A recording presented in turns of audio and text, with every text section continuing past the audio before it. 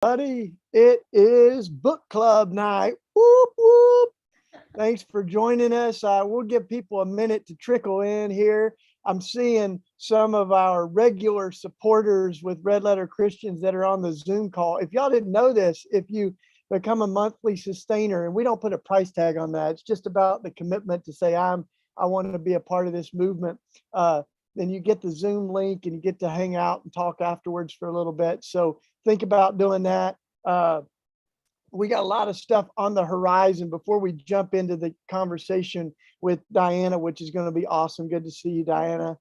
Hey, everybody. It's going to be a great night tonight. And there are just a few things that are on the horizon, though.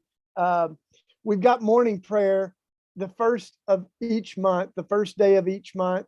And this August 1st, this next one is going to be a little later. It's going to be at noon because the good news is our special guest and dear friend, Michael McBride, Pastor Michael McBride, will be joining us for morning prayer. So we're trying not to get him up at 6 a.m., but 9 a.m. So he's on the West Coast. But mark your calendar. It's going to be a power-packed morning of prayer and conversation with Mike McBride. So that's August 1st. We've got book club next month is going to be, drum roll. It's going to be Becoming Rooted by Randy Woodley. We've had Randy on a couple of different things, his wife Edith, but he's got this new book that's so beautiful and it's got readings throughout the year. That's going to be our book next month. And in case you get tired of me, Lisa Sharon Harper is going to be co-hosting or hosting that conversation with Randy. And so it's going to be awesome. So you can go ahead and grab Becoming Rooted and start reading it with us. So that's on the horizon. And then finally, we're doing a little push this month for the summer book clubs. We've been doing all these great readings, and this is actually Diana's other hat. This is our segue here, is that she is gifted in many ways, but one of the ways she's serving the Red Letter Christians movement is these creative ideas around development. But no, we don't like to just be doing fundraising. We like to find fun, creative ways to give and receive. And so what we're doing right now is if you give $25 anytime before the end of July, then you register to win 5 really great books. Well, I feel like a little proud saying that because one of them is our book, Beating Guns, but there's 4 I can be really excited about and still feel like I'm not being self-promoting. But one of them is Diana's book, Waging Peace, which we're talking about tonight. And then we've got Jackie Lewis's book, Fierce Love, Sharon's books on there, Reverend Sharon, For Such a Time as This. And I'm missing one. What is it? And then Beating Guns. And there's one other really great one. What is it, Diana? I forgot one. Man.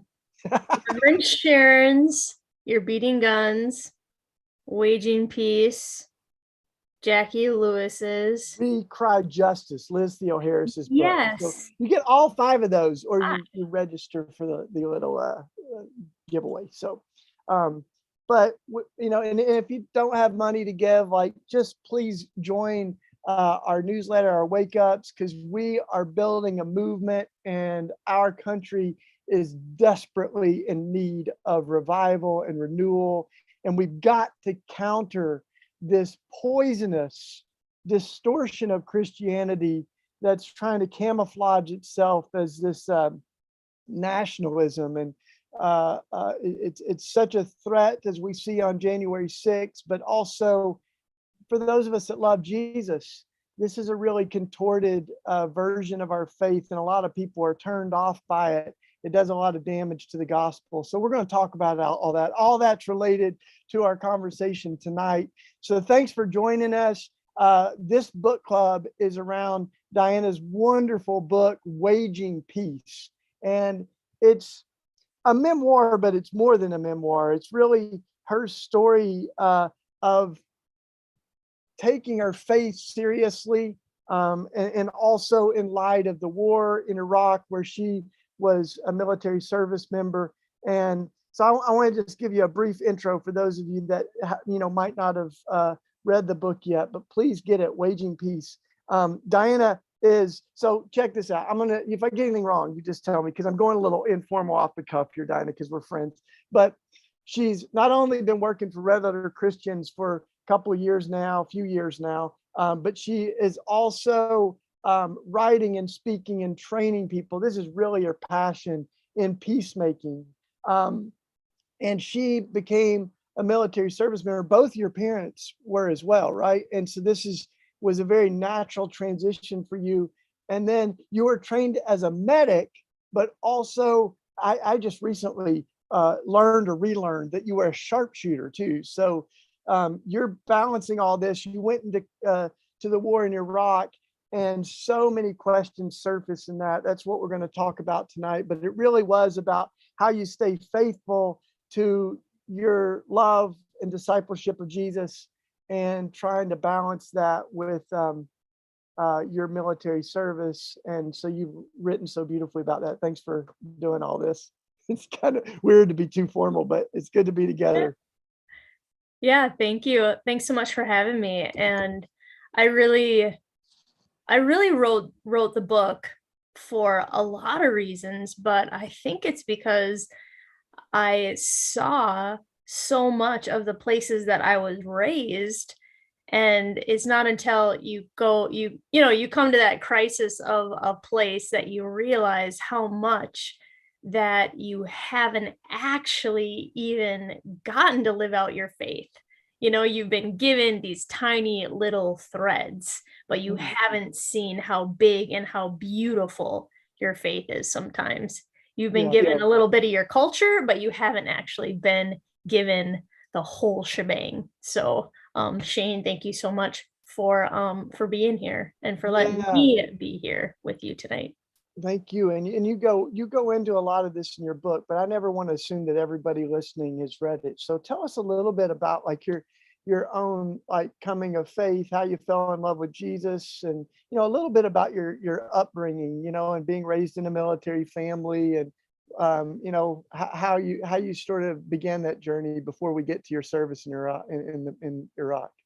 Yeah, and truly, I grew up in. I'm not going to assume, but by the numbers, in the U.S., I think at the last Gallup poll, they would say in the 70% Americans self-identify as Christians.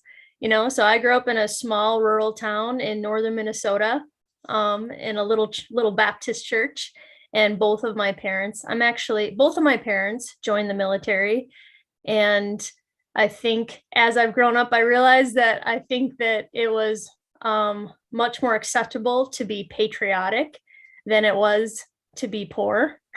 And so I think in general, I'm a third generation Army veteran. So I think that was kind of where a lot of people from rural small towns, the opportunity that you did when you came out of high school was to join the military. Most people from my families weren't going to college, not because they didn't want to, but because they didn't have the means. So they went to the military to get a skill and to really make their way in the world. And so that's what my family did. And so that's what I knew how to do. So when I wanted to go to college, my father's father and my mom and my dad, they all had gone to the military. Yeah. And that's what I did. And so I grew up in a little country Baptist church with about 50 people, all loved God. And when the altar call came, I just knew that I wanted what they had. And they loved me and I loved them. And I got baptized in a little country lake, and we had potato salad and some meatloaf after that. It was a really pretty idyllic thing that I grew up in. But when you're a kid, you think when you're 23, you don't think that you're a kid, you think you're an adult. But we're all old enough here to realize that you're pretty much handed a lot of your beliefs. You haven't really had a chance to test them or try them. And I didn't really know anybody who was different than me. Everybody I knew in the pew thought the same things I did, believed the same things I did, voted the same way I did. And we pretty much thought that, if the church down the street, they weren't doing it right because they weren't sitting in the pew with us. Anybody who really wasn't in our building wasn't quite doing it right. Mm-hmm. And then when I was 23, that's when 9/11 happened. Well, about a year beforehand, 9/11 had happened. I was sitting in nursing school. I'd gone to basic training, gotten my way to go to college, and 9/11 happened. And I knew that my life was going to change because I was in the military. Yeah. Even though I was just a weekend warrior, something in me knew this was going to be a life changer. And so I ended up being deployed as a combat medic to the Iraq War. And that's when everything changed, because although I had believed that in all these things, and the people who loved me and raised me believed all these things, soldiers did hard things. Sometimes soldiers had to take a life to save a life. When I actually met the people that I was told were my enemies, it just wasn't holding up, because deep down I knew God was love. I'd been taught that stuff, Yeah, and I want to talk about that, some of the families that you met that really transformed. They were so formative for you in your combat and in your faith. But before we get to that, though, you were trained as a sharpshooter. Like, were there times before you got to combat where some of those collisions between God and country, loving your enemies and preparing to kill them, like were there places that you started to feel some dissonance with that, or like did this kind of really just hit once you got to Iraq? Well, because going to basic training, nobody tells you about that stuff. And I even had two parents who had been in basic training. And when my mom had went, women weren't even allowed in the military. It was called the Women's Army Corps. So it was segregated. They didn't even allow women. And I was one of the first classes that even had it. So when I was in basic training, the first 2 weeks is a weapons training. So for 2 weeks, all you do is shoot. And at the end of 2 weeks, 12-hour days, if you do a qualifications test, and if you can't shoot to kill, center mass, dead on, they kick you out.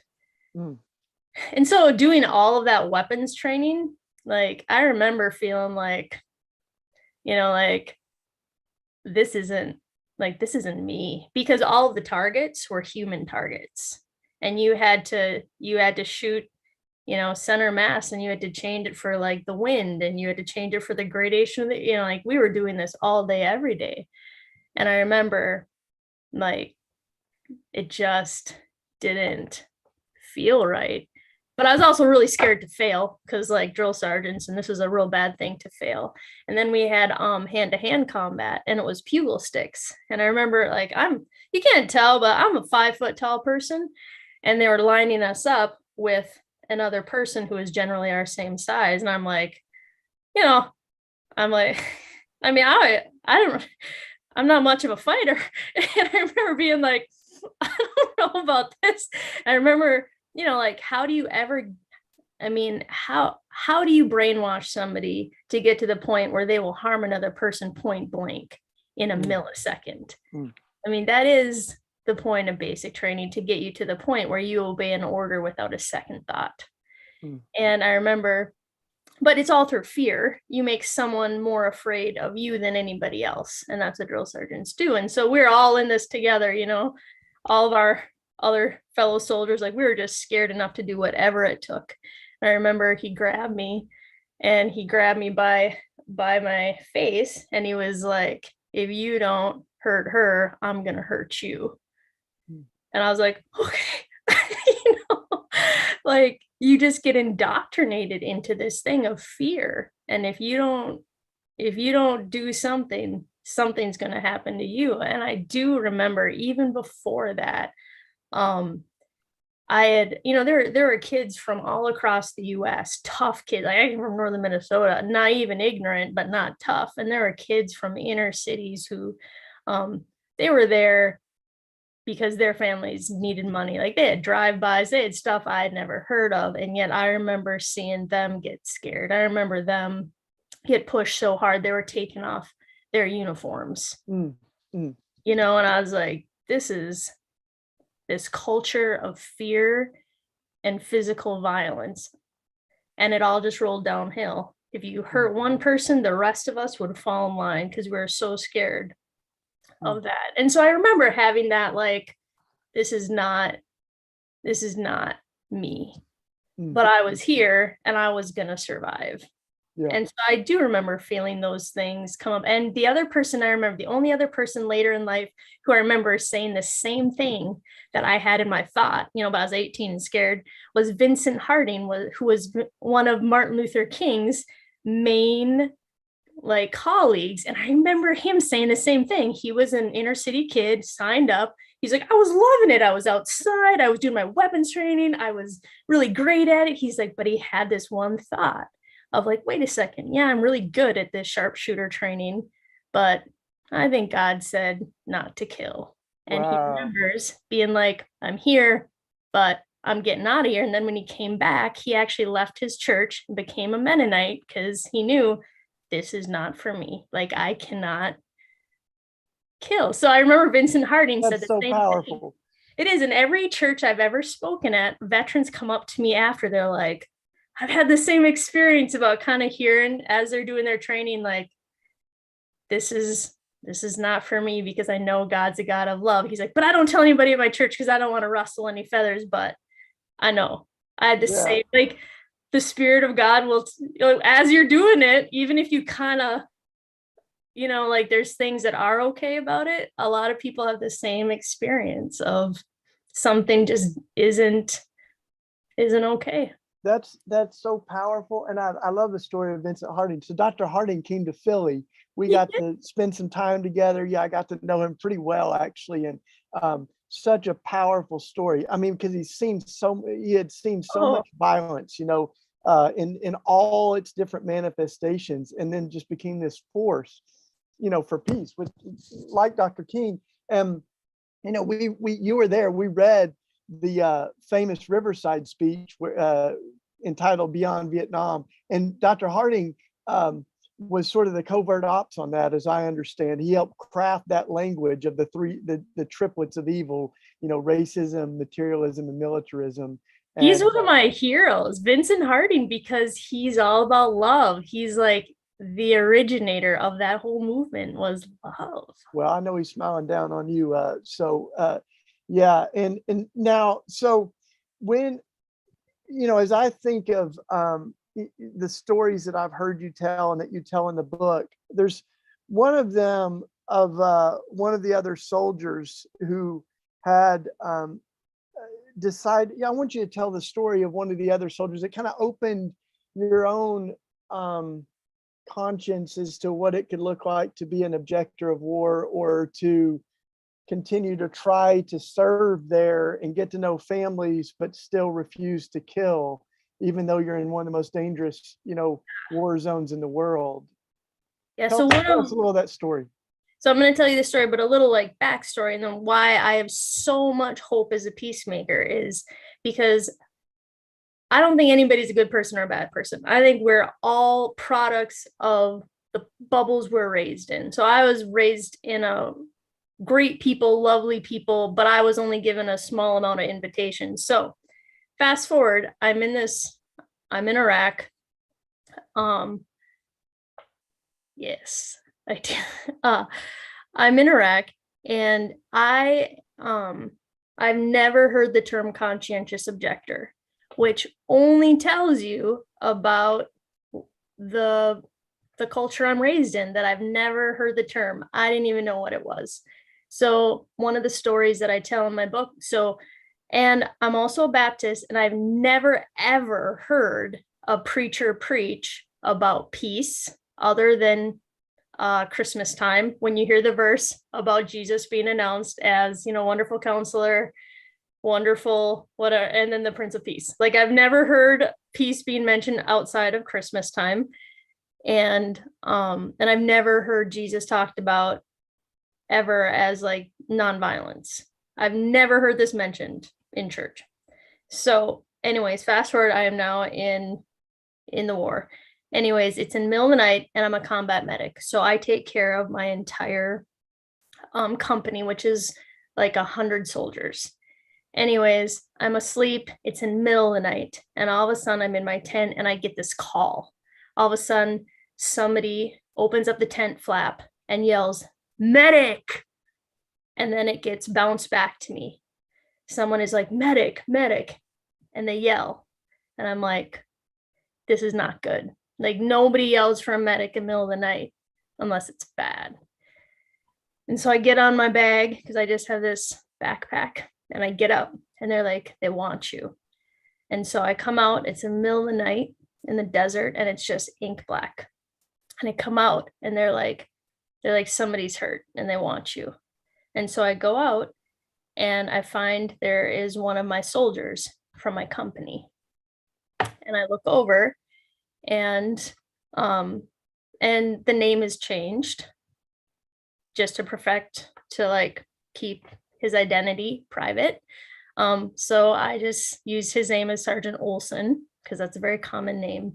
But I walk in to like headquarters, it's the middle of the night, and I see Sergeant Olson sitting there, and there's two bright bandages on his wrist, and you can see that there's blood seeping through. So Sergeant Olson had tried to slit his wrists because he had tried to commit suicide. And so they're like, "Take Sergeant Olson over to the clinic and take care of him and bring him to the doctor and try to get him stitched up." And my heart just broke because I knew that he must have felt the greatest amount of despair any human being can feel, if only for a moment.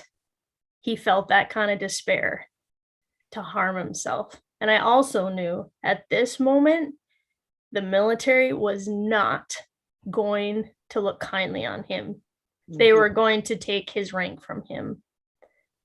And so I checked his bandages and I took him with me to the clinic, knowing like this would probably end his career. And he was a good person, and he should have been taken care of, not hurt because he was hurting. Because war is hard and violence hurts people no matter what. So he before we go, go finish. No, you can keep going. I was just going to say, as I hear that, I'm also reminded, in the research that we did for our Beating Guns book, that the number one cause of death of military service members is not combat, but it's suicide.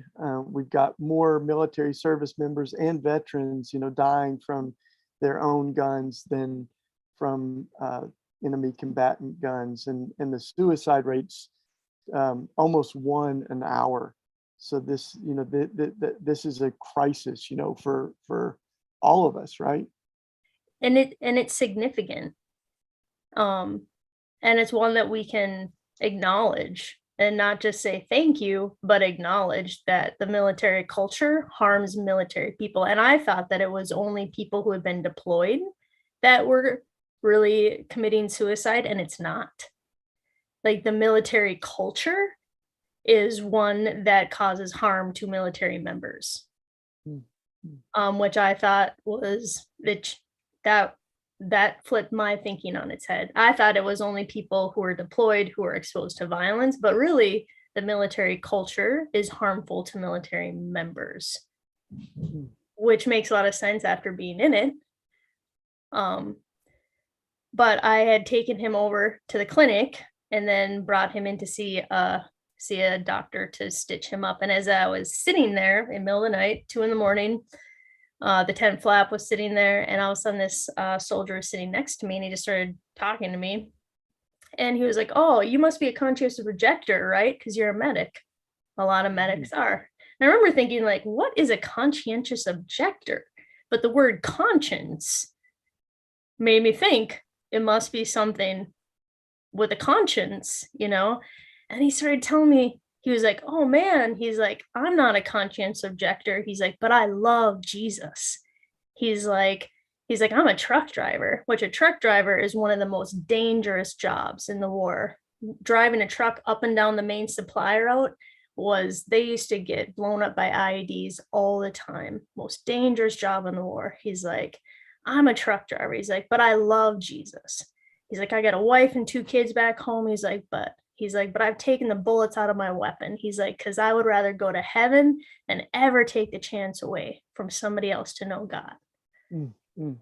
And when he said that, it was just like that, like electricity that just hits you, that where they're like, the guys who were walking with Jesus that just like burned in their heart. Like they didn't know what was going on, but they knew something was happening.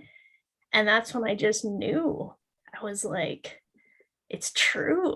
Like what he had was the freedom to like give your life away and act like heaven was real that I had never heard before. Like I didn't know a single person, which maybe just said something about me and the people I knew, but he had a freedom to give his life away instead of take a life. And that was the kind of faith that I had been missing and that I'd wanted. And after I met him, I went back to my tent that night and felt like I wanted that same kind of freedom too. And so I took the bullets out of my magazine, clinked them, and like it felt like that was the freedom I was missing. And I woke up the next day and like didn't have that same clawing fear in my belly that I did every other day that I woke up in the war. And like it changed how I got to show up in the war. Like it didn't change that I wasn't scared of still getting killed or raped or tortured, but it changed how I chose to show up in the war. And that was the faith and the freedom that he had. Wow. That Yeah. That made me a peacemaker. Yeah, heck yeah.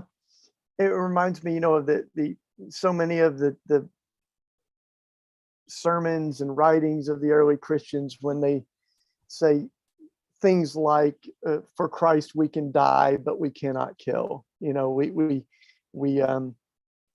can't hold the cross in one hand and a weapon in the other. That there comes this point where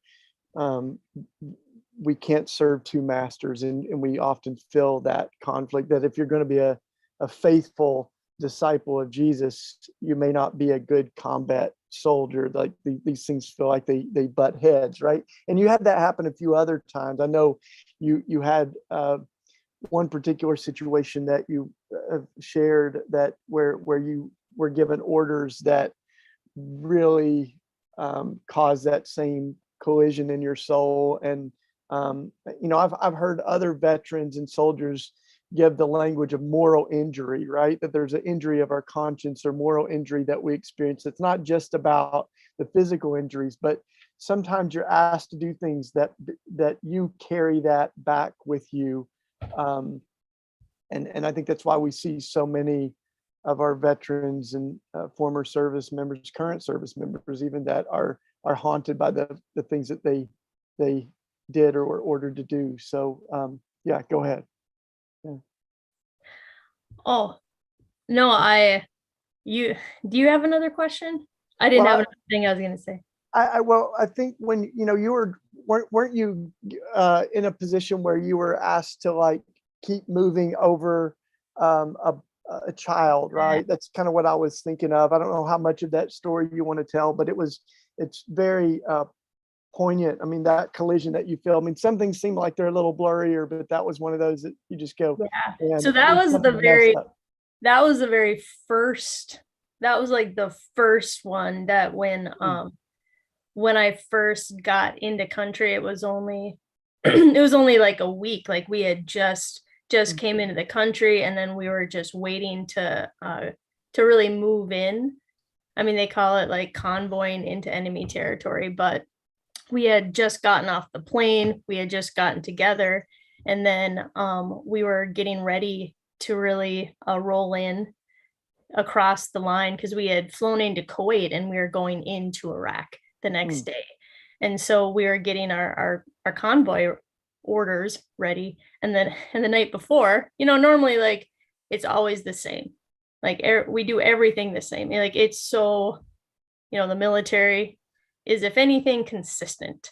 And so everything is done the same way. And so we didn't really expect anything different because we do train like we fight.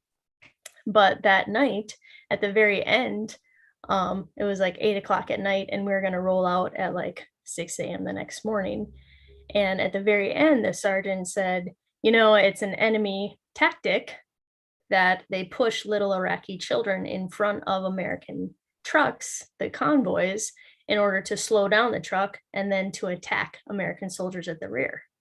He's like, I hope you understand your duty to keep the trucks rolling at all costs tomorrow.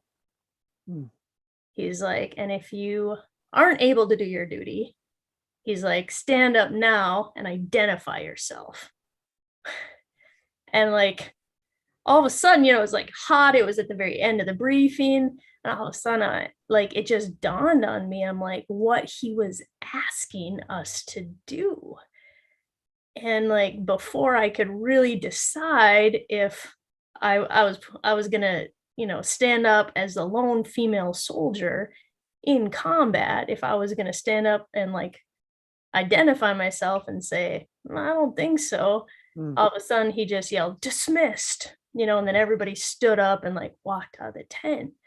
But I remember going back to my tent and laying down my cot and just wrestling because, like my faith, my church, my beliefs, as a soldier, like everything I knew, like believed in this, that sometimes you have to take a life to save a life and you do hard things. And, my faith really said it was okay to kill because we were Americans and the military does no wrong. And as long as it's not us, like there's always these provisos, somehow everything was always okay as long as we had the American flag on the side of it. We don't really question our country much at all. But I remember just wrestling in my cot. And that really like pathetic prayer that you do where you're just like, it's just that like, oh God, help. Because like, I just knew between me and even though I believed this, like it was just pushing back. I'm like, I can't do this. Like between me and God, like I can't do that. Even though like I have no choice, I'm here, I'm wearing the uniform. But I remember just praying the most like pathetic little like prayer with like tears streaking down, because I had army across my chest, like I'm in a war. But I remember praying that and all of a sudden I just heard the voice that I just always knew since I was a kid that this was like not me. And I just heard this voice come out of the darkness. And it was like, Diana, I love them too. And just like lightning, all the pressure broke. And I was like, I know. I was like, I know you do.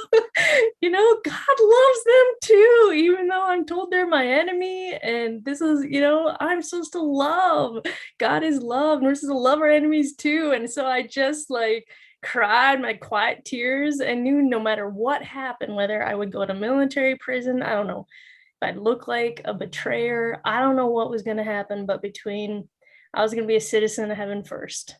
And so no matter what happened that next day, I would never take a life. Like, I didn't care what happened. I would give my life for an American, an Iraqi, a kid. I didn't care who. I would step in front of a bullet, but I would never take a life. And I feel like I always call that my desert baptism because that's the day I truly became a citizen of heaven first. Like that's when I knew who I was and everybody else came second. No matter what happened. Like that's when I became like God first, citizen of heaven first, and everybody else was a long second. And I was scared, totally scared. Like I was sweating bullets the next day when we had a roll call and had to get in those trucks. Like, fear and trembling for sure, but that's when I knew that like something had shifted, and that's when I first knew like who I was and who I wasn't. Wow. And I think that your courage gives other people permission, to ask questions and to wrestle with some of the same things that you wrestle with, and to be open about that, and of course, when I was over in Iraq, with the Christian peacemaker teams and the other groups, when I don't know how it overlaps exactly with when you were there. You were but first. I was kind of call you like a little like granddaddy, a little peacemaker granddaddy who was like putting your hand against the bombs before I knew. I've not been called a granddaddy before, but Lord have mercy, I'll take it, I guess. But so this is funny because Diane, I was talking to a group and I mentioned some of this stuff, of 9/11, and I realized that these people that I'm talking, these young people that I was talking to, they weren't even born yet, and so sometimes we forget that this is a little while ago, and there's a lot of folks probably listening to this that don't remember the way that 9/11 shook our country and the world, and so many people were trying to process their fear and anger and grief and all those things, and it brought some of the worst and some of the best out of us. And when we were over there trying to stand against the war and everything, I saw so many things that transformed me, and part of that was the relationships that we built with Iraqi people and with victims, folks that were suffering from the bombing and the war, but I'll never forget when I came back. I kept hearing from soldiers that had stories very similar to yours.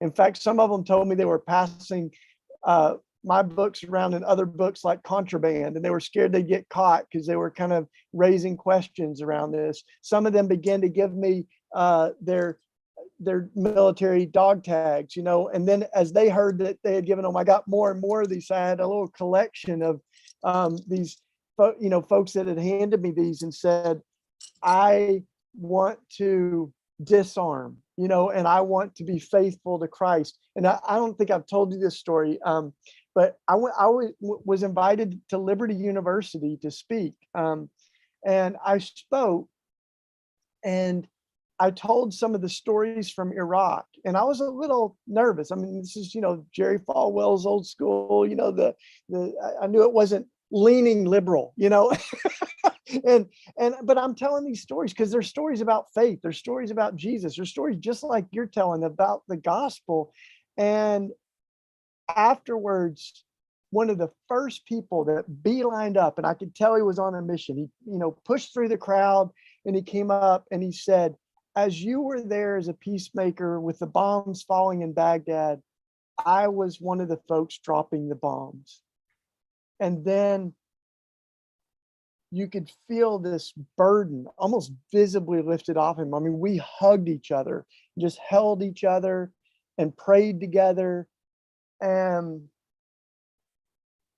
I realized, first of all, that we can never come in with our prejudices and stereotypes. I mean, this is at Liberty, and this is someone who had felt the impact from the other side of those. I had just experienced the impact of the bombs being there, but this is someone that had dropped the bombs, that's living with the reality of that, and went on to tell me, I know how many people we killed because we got reports on it, and he's like, that is just going on and on in my head, and there's so many,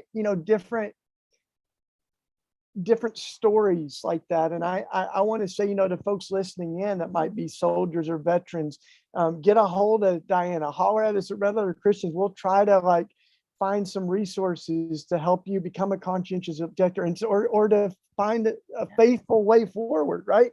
And there are folks that contacted me, they're like, I'm going to jail right now because of my decision not to fight. And there were folks that did, one of them stayed with us in a simple way, and there's, all kinds of different stories of the repercussions of that. But every single one of them goes on to say how good it felt to say yes to Christ and to the convictions of their heart, no matter what the ramifications were. And that's kind of the same thing that you're saying. Yeah, there's a place for everybody. And there is something that I've loved about hearing people who do read my book is my Muslim friends feel really seen. Like, some friends from my local mosque endorsed it. The president of the local mosque felt like honored and seen. And there's my veteran friends from feel like seen. And there's people who are like, man, I have people who've served and they don't talk much, but I feel like I know a little bit more how to talk to them and Yeah. maybe how to care for them. And I feel like there's people of faith who are like, oh, so this is a little bit more of like, why is it a little bit problematic for me to send missionaries to a country that we've been bombing for 10 years? Like I feel like nobody feels like the bad guy, and everybody feels like my husband, he's like, oh my gosh, I really want to have an Iraqi family over for dinner because I feel like I know people more. And so if everybody feels like they have a little bit more, they've heard some stories and they feel like they know each other a little more, I'm like, this is what the kingdom looks like. Yeah. When we are so connected to each other's thriving. Like there's a friend of mine, I'm emotional because it's so, like, I feel like there's so much violence today, but the peace is where we see each other. One of my friends, Isan, is in Iraq. And I was just reading this before, but there's this thing where I get to go to his house, after all these years.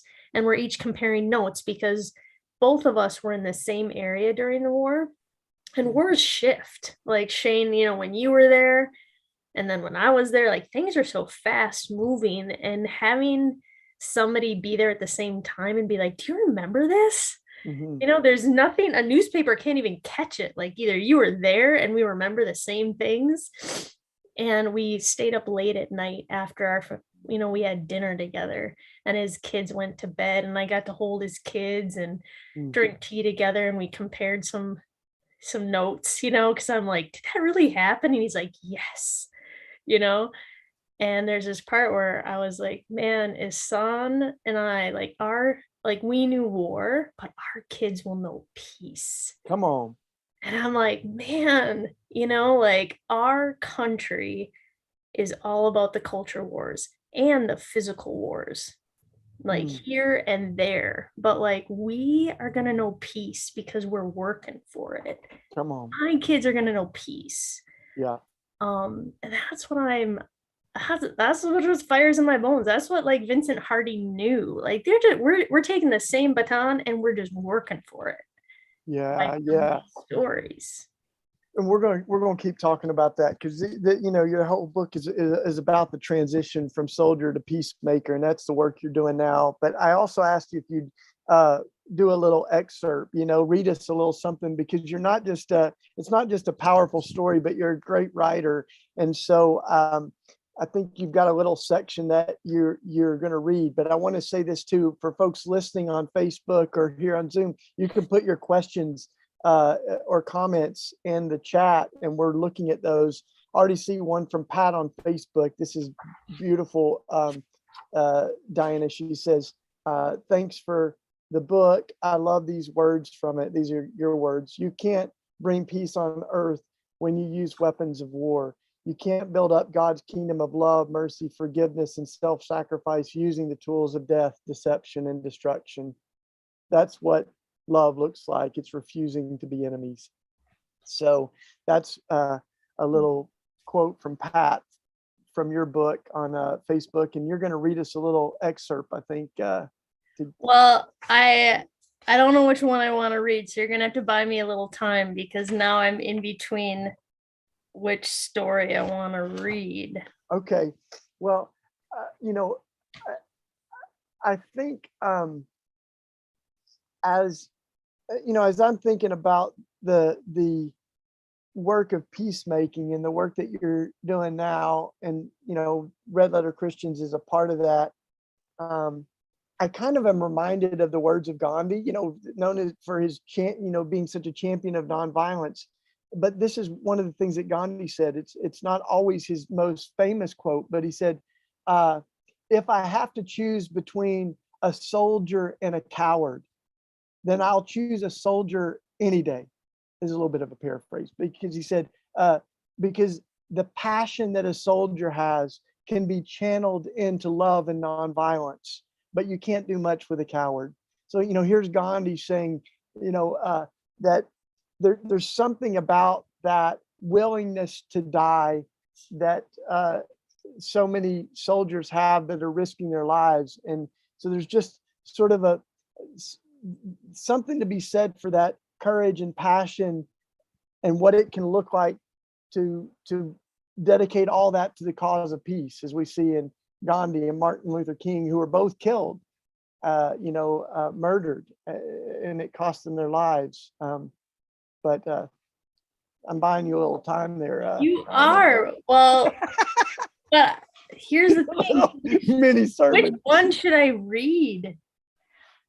Well, here's the you want to get? You can give me I can help you choose. You're going to give us like multiple choice here. Yes. Okay. So there's the old Hassan, the Iraqi woman, and then there is Dr. Sabah, the Iraqi professor, who I accidentally knocked on his door, and then I had to tell him that the only reason I know about Iraq was because I was a soldier. Yeah. And was part of destroying his country. Okay. You get to tell us in the Zoom, which one are we going for? Tell us, Larry or Carol or someone on the Zoom machine here. Joe, Paul. And then the rest of you, you'll have to get the book so you can read all the other stories. There's so many powerful stories. So I'm seeing. Or we could do questions because we do have like 15 minutes left. Do you want an excerpt? Yeah, read this. Why don't you read the second one and and then we'll go into some questions. Which one? You read it for me, Shane. Which one are we picking? Hassan or Hassan? That's what folks said in chat. So in the thing. So yep. She's really cool. Okay. All right. I'm gonna try to look at you while I read the book. So I'm walking through a village, so I don't have to read like too much for you guys, but I'm walking through a village and hold on, I don't want to have to read too much for you guys.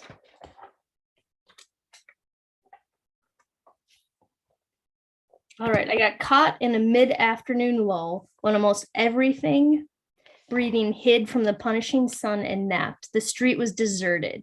For safety, soldiers always walk in pairs, but this afternoon I didn't have the customary battle buddy beside me. Woman to woman, we stared at one another. From within the darkness behind her, I saw a shadow move, her fingers motioning me to come into her house. I recognized the universal gesture in a flash. My feet instantly became cemented to the hot sand beneath me. Shock stopped me in my tracks. Why was she inviting a lone American soldier to go behind the walls of her home? I didn't know what to do. I remembered the 3 soldiers who had been kidnapped and whose body parts were found strewn across the desert a week later in the Sunni Triangle. I knew Iraq was full of civilians and enemies. This was a guerrilla war. Not knowing who was who had become part of the daily grating fear inside my belly. Should I trust this woman? She could be bait, luring me into an attack where I'd be taken by the enemy, hiding behind her door, and never heard from again. I wasn't all that afraid of dying, but I was terrified of being raped and tortured. I knew the sorts of things people could do to make you wish for death. And as a woman, I had more to lose than my male soldiers, and I knew it. Looking around, I realized I had wandered away from the safety of my fellow soldiers and was all alone. Alarm bells of danger started to roar in my ears. My eyes started to sting with tears held back. I felt the pressure building inside me. I could decide to protect myself or to take a risk and move toward this woman instead of away. I didn't know why she was inviting a soldier who had invaded her country and wore a gun into her home, but she was. In a split second, I knew I could either stick to the script or leave the safety of what I knew and plow into the rapids of the unknown without a life jacket. Was I going to trust someone I didn't already know was trustworthy? Or was I going to play it safe? My heart pounded. I didn't know whether she was safe. I didn't know whether she was a suicide bomber wrapped up in a grandmotherly smile, or whether my name would be read the following morning at roll call from the list of soldiers killed. But even though everything in my training and survival instinct screamed at me to walk away and fast, something undeniable drew me toward her. Something bigger was challenging my wartime survival instincts. Like a burning bush I couldn't ignore, her eyes locked on mine, and I knew I had a choice to make. To walk away, or to accept the fireworks in my chest that were screaming at me not to miss this, to pay attention, even if I didn't understand it. Inhaling hard, I felt my heart pump as if I were standing on the edge of the high dive. Then I suddenly felt a flash of hope like summer lightning streaking across the night sky. Her invitation to choose hope over fear was the oxygen mask I didn't know I needed. The choice to put it on was mine alone, and I wasn't sure if I could do it. Her invitation dared me to be human in the middle of an inhumane war. She dared me to believe in the stuff that my little girl self had thought was possible. Goodness in the middle of the most violent darkness.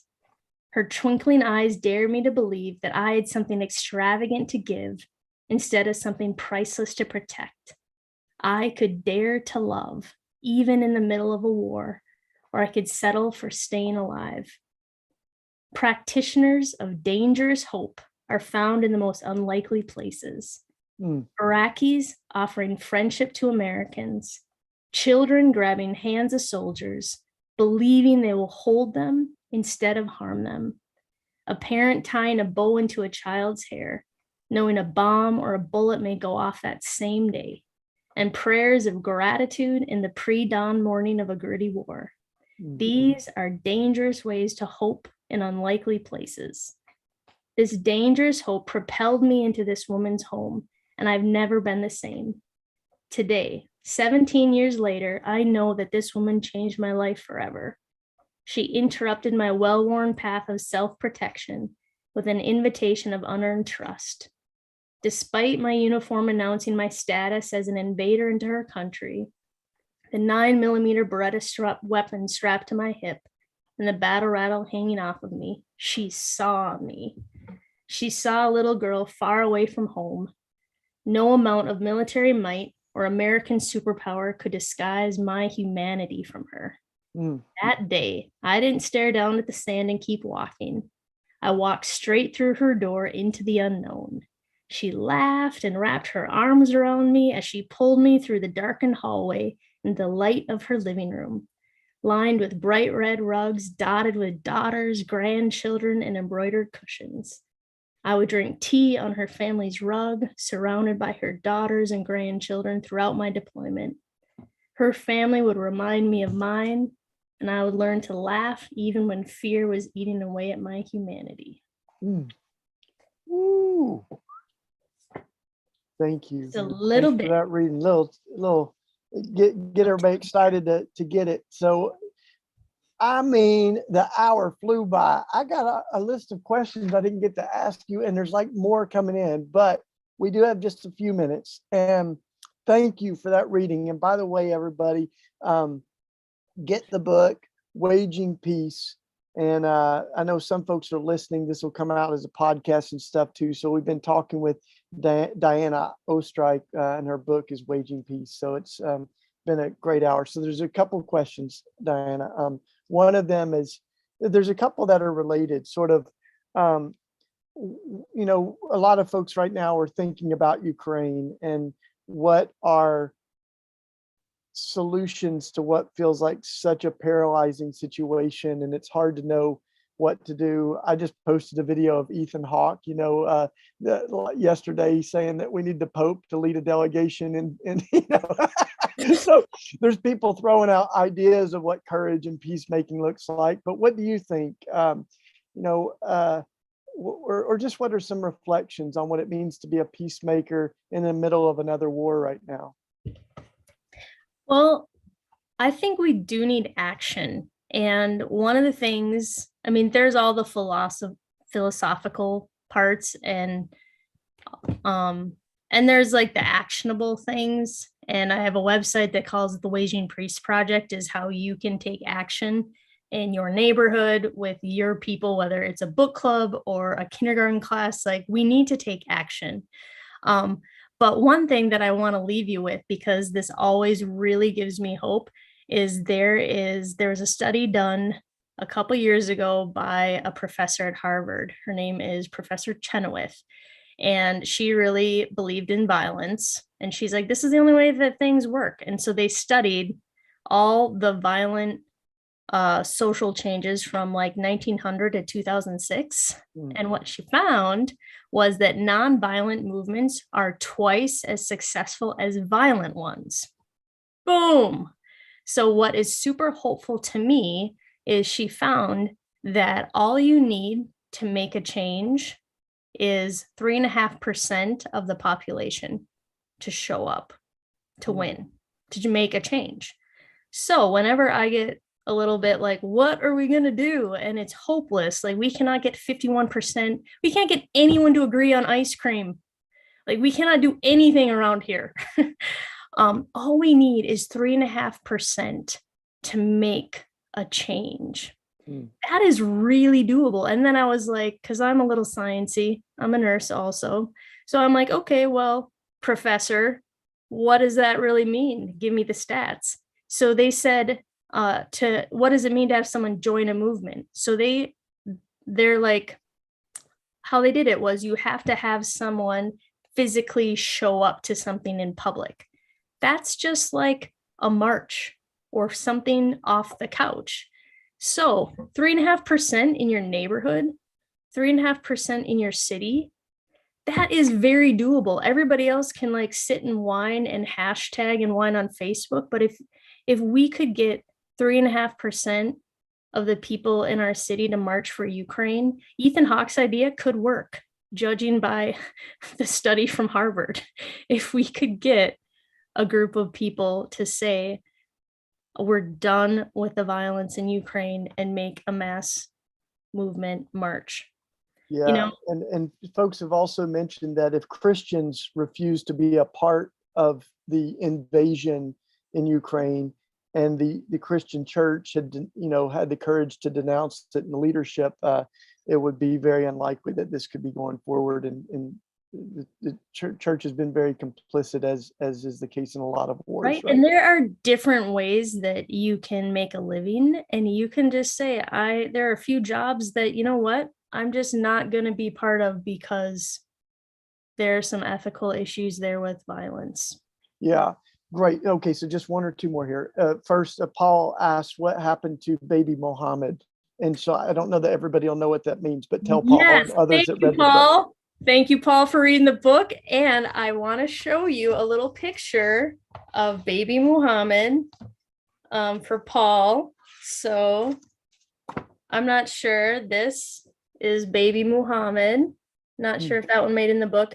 So I was hoping to go back and see how baby Muhammad is doing, a little update, because he should be about 17 about now.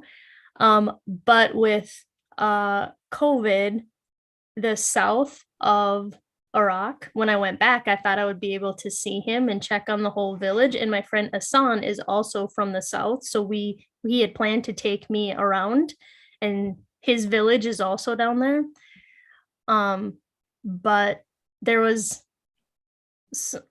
been some civil unrest in the south, and so we have not been able to go back, and I have not been able to hear anything. But mostly this is Hassan, and I feel like of all the people on the planet that I would like to thank, that I am a good mom today and I am whole and happy and alive. I want to thank her, and I'm really worried that she is not around. I hope baby Muhammad is around, but I really hope she is around. So that is one thing that I'm really praying that I will be able to go back and check.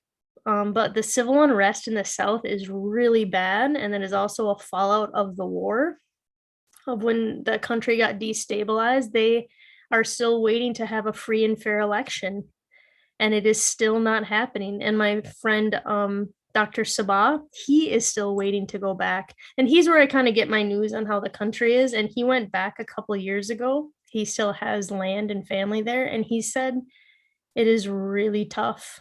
It is not, the country is not doing well despite the intervention. Yeah. But I'm praying for baby Muhammad. Like, I really hope that all those kids from these pictures, like, I am praying that their future, that my kids and that those kids, that their futures are bright, and I'm working for them. Wow. Well, it's been a gift to have this hour together, and I obviously get to keep talking with Diana because we're very good friends and co-workers, co-laborers in the holy work of Red Letter Christians. But I want to make sure that folks know how to follow you, Diana. So, and if folks want to invite you to come speak or do peacemaker trainings in their church or community, tell us how people can follow you and reach you. Yeah, Instagram is just my name. I don't know if you can throw that down there, Shane. Yeah, I got But you. my website is also my name. It's a tricky name. God love those married names. But Instagram is a good way, but also www.dianaoestreich.com. But I come to where you're at. We do workshops. I also do them with people, but now is the time. I really believe that lots of good is happening. And sometimes I think the more that we can grab a few people and do things together, we put things into motion. And I honestly believe that more good is happening than we know, because when we put actions together, good things are happening. I don't think that if we read the news, it's easy to get a little dejected. But let me tell you, I thought my life was really the darkest hours were in middle of the war, and that is like the place that God really showed me like who I get to be and what we get to do together. And so I am so hopeful. And just seeing your faces on here, I want to tell you that there are kids who are watching our country today, and they need you to show up for them and tell them like who we're going to be together and what is worthwhile. Because if you feel a little dejected, let me tell you, there are some kids who are like, what is going on? And so I have met so many adults in your age group who are doing great things. And I just want you to know, kids are really looking to you, and they are really excited when they see adults giving them any type of attention or doing anything positive. So just know, the good things are happening. And Good things are happening. Good things are happening. Shane's doing some awesome stuff. The more we all get to do together, the more good things we see. And I am really, really hopeful that as many divides as there are, is the more invitations people want right now. Like whenever people get down, you say anything, you invite them, they're like, thank you. So people are ready to do some good together. So thank you so much for reading my book. And yeah, give it to me. Ladies and gentlemen, Diana Oestreich. The book is Waging Peace, and you can also find her regularly at Red Letter Christians. Yes. And so as we go out now, I just want to invite you, when you do support Red Letter Christians, it allows us to do more stuff like this. We'll always try to do it for free, so money's never an obstacle to joining any of our events. But if you can give, it just helps us do more of this and to support people like Diana. So thank you. You're a gift, sister. Love you. Appreciate you. And it's been a great